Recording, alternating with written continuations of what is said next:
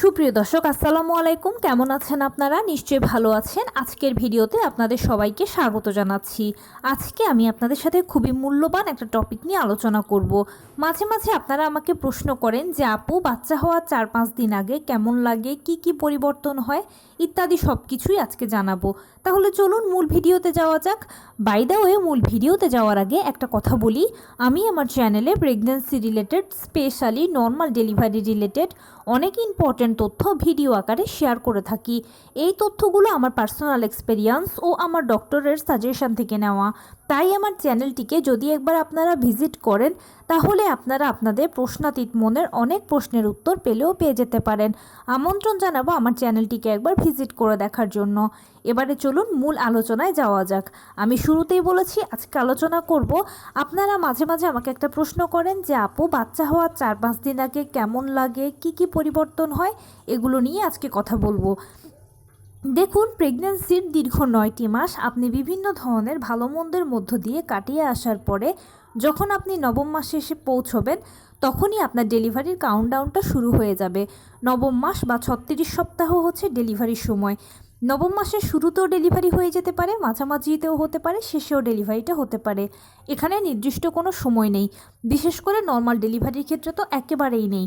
Normal ডেলিভারির ক্ষেত্রে এরকম অনেক হয় যে অনেকে 36 সপ্তাহে পা রাখা মাত্র ডেলিভারি হয়ে যায়, আবার অনেকের একেবারে 40 সপ্তাহ কমপ্লিট করার পরে ডেলিভারি হয়।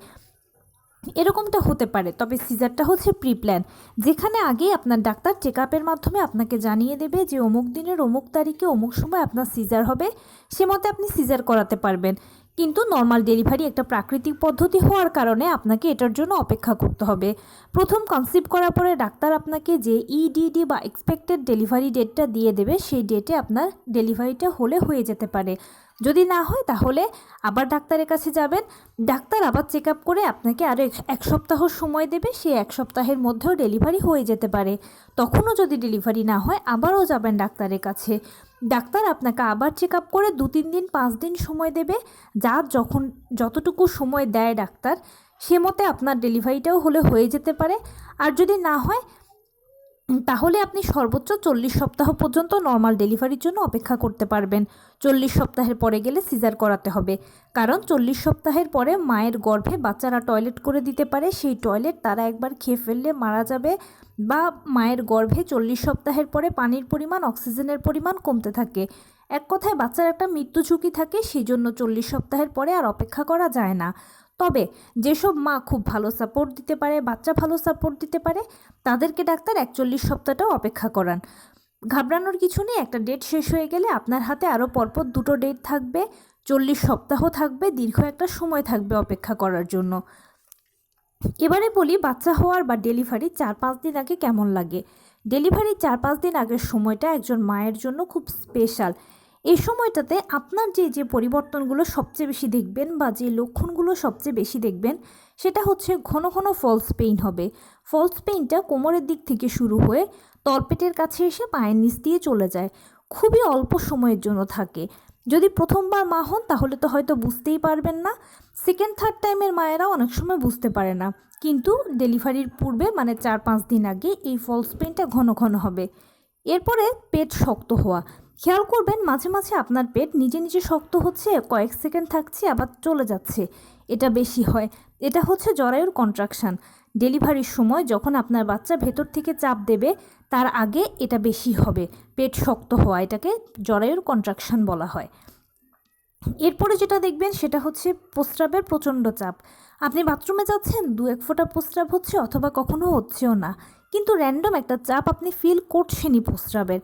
এটার কারণ আপনার বাচ্চা এখন সেফালিক পজিশন হয়ে গেছে, মানে নর্মাল ডেলিভারির জন্য যে পজিশনটা প্রয়োজন সেই পজিশন হয়ে গেছে, সেই জন্য এরকমটা হচ্ছে এখন।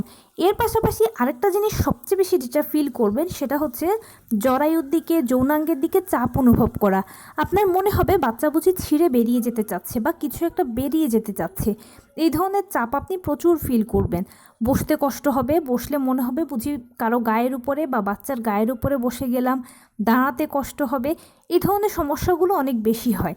তার পাশাপাশি কোমরের ব্যথা আছে, তলপেটের ব্যথা আছে, কারো জরায়ুতে ব্যথা করে, কারো আবার যৌনাঙ্গে ব্যথা করে, এই ধরনের সমস্যাগুলো ডেলিভারির 4-5 দিন আগে খুব বেশি আপনি ফিল করবেন, মানে একটু বেশি কষ্ট পাবেন আগের সময়গুলোর থেকে। আর এরই মাঝে একটা সময় খেয়াল করবেন যে আপনার ডেলিভারির প্রক্রিয়া শুরু হয়ে গেছে। নিশ্চয়ই সবাই এতদিনে আমার ভিডিও থেকে জেনে গেছেন যে নর্মাল ডেলিভারি প্রক্রিয়া কিন্তু পেইন দিয়ে নয়, পিরিয়ড হওয়া দিয়ে শুরু হবে।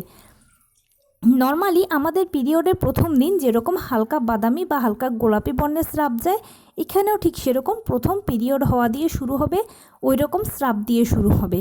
তার পরবর্তী ধাপে গিয়ে আপনার পানি ভাঙবে 1-2 ফোঁটা করে করে, তার পরবর্তী ধাপে পেইন আসবে। মানে ডেলিভারি প্রক্রিয়া শুরু হয়ে যাওয়া তৃতীয় পর্যায়ে গিয়ে আপনার পেইনটা আসবে। পেইন প্রথমে হালকা, তারপর মাঝারি, তারপর ভারী হবে। পেইন কখনো এক নাগাড়ে থাকবে না, এটা থেমে থেমে হবে। কারো 10 মিনিট পরপর হয়, কারো 15 মিনিট পরপর হয়, কারো আধা ঘন্টা পরপর হয়। আর পেইন যখন বেশি হবে, বেশি মানে এরকম নয় যে অসহ্য মরে যাচ্ছি, এরকম নয়, বারে কমে আসবে। আগে যদি আপনার 10 মিনিট পরপর হতো, এখন 2 মিনিট পরপর, 3 মিনিট পরপর, 1 মিনিট পরপর, এরকম বারে কমে আসবে পেইনটাকে। এটাকেই ভারী পেইন বোঝাচ্ছি। এরকম ভারী পেইন হলে জরায়ুর কন্ট্রাকশান শুরু হবে। জরায়ুর কন্ট্রাকশান মানে হলে ওই যে আমি বলে এলাম যে পেট শক্ত হওয়া, ছেড়ে দেওয়া, এরকমটা বারে বারে হবে। তারপরে বাচ্চা ভেতর থেকে চাপ দেবে, পাল্লা দিয়ে ডাক্তারও আপনাকে বাইরে থেকে চাপ দিতে বলবে। আপনাদের মা ও বাচ্চার উভয়ের মিলিত চাপে ডেলিভারি কাজটা শেষ হবে। আর প্লাসেন্টা ডেলিভারির মাধ্যমে সাকসেসফুলি আপনি আপনার দীর্ঘ 9 মাসের জার্নিটাকে শেষ করতে পারবেন। অনেকে বলেন যে আমার কেমন লাগবে। কেমন লাগবে হচ্ছে আসলে নর্মালি আপনি এখন যেরকম আছেন ঠিক সেরকমই লাগবে, কোনো পরিবর্তন হবে না। তবে টুকটাক 2-1 জনে বলেন যে তাদের অনেকটা পিরিয়ডের মতো ফিল হয়। পিরিয়ডের আগে যেরকম আমাদের একটু মেজাজ খিটখিটে হওয়া, মুড সুইং, এই ধরনের পরিবর্তন অনেকে দেখেন। তবে এটা খুব বেশি নয়। জেনারেলি আপনি এখন যেরকম আছেন, হাঁটা চলা ওঠা বসা এই সব কিছুর মাঝেই এই ব্যথা কষ্টগুলো ফিল করতে করতে একটা সময় আপনার ডেলিভারি প্রক্রিয়া শুরু হয়ে যাবে। টেনশন করবেন না। তো এই ছিল আজকের ভিডিও। কেমন লাগলো বলুন। যদি ভালো লেগে থাকে ও হেল্পফুল হয়ে থাকে তাহলে প্লিজ লাইক, কমেন্ট, শেয়ার করতে একদম ভুলবেন না। আর সেই সাথে আমার চ্যানেলটিকে সাবস্ক্রাইব করার বিনীত অনুরোধ রইল। পাশে থাকা বেল আইকনটি ক্লিক করে দেবেন যেন আমি ভিডিও আপলোড করার সাথে সাথে আপনারা নোটিফিকেশান পেয়ে যান। যদি কোনো প্রশ্ন থাকে কমেন্টসে জানাবেন, আমি রিপ্লাই দেব। প্লাস যদি কোনো পরামর্শ থাকে যে কোন বিষয়ের উপরে ভিডিও বানালে আপনারা উপকৃত হবেন, সেটাও জানাবেন।